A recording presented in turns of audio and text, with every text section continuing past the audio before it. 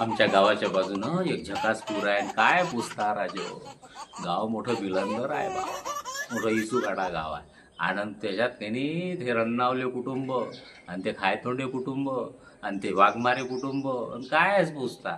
त्याच्यात कसं झालं, तो विकास आहे की नाही 12वी. आता त्याची 12वीची परीक्षा झाली. निरा गावात अल्लम टल्लम फिरे. गावातले लोक अन्यास आले. अरे बाबा निरा काहीच करत नाही. शेवटी बापानं समजावलं, आईनं समजावलं. शेवटी समजाव करून त्याला किराणा दुकान टाकून दिलं बाबा.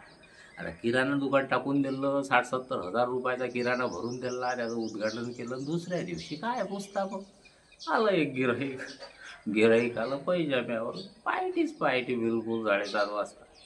अरे का रे म्हणे, हा विकास, अरे बाबा दुकान टाकलं, दे बरं एखादी दुधाची पुडी दे बरं. दे दुधाची पुडी. विकासनं सांगितलं बरं म्हणे काका, काही हरकत नाही. तुम्हाला दुधाची पोळी पाहिजे, ठीक आहे म्हणे. मग मला असं सांगा म्हणे, तुम्हाला आता मी पाकिटातली देऊ का घरातल्या गंजातलं दूध देऊ. ते गिऱ्हाईक म्हणे असं करणं, मग गंजात असेल तर गंजातलं दे.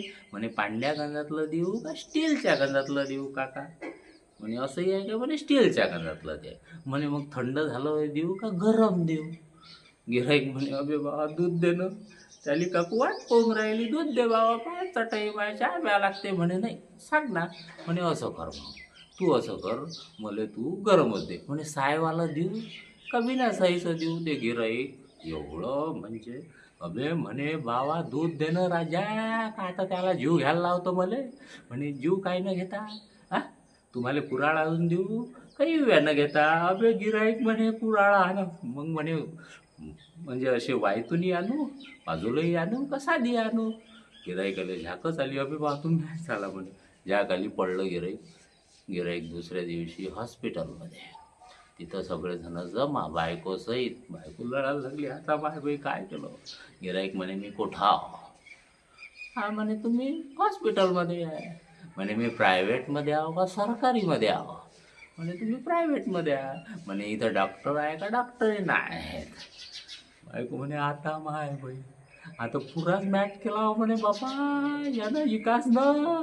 असा कसा इकास झाला बे बा म्हणे त्याला. अशा गोष्टी घडतात काही गावात. अशाच गोष्टी दररोज सांगण्यासाठी आता मी येणार आहे रोज संध्याकाळी 6 वाजता. हास्यामृत नावाचं हे सिरीज घेऊन. प्रतिसाद द्या.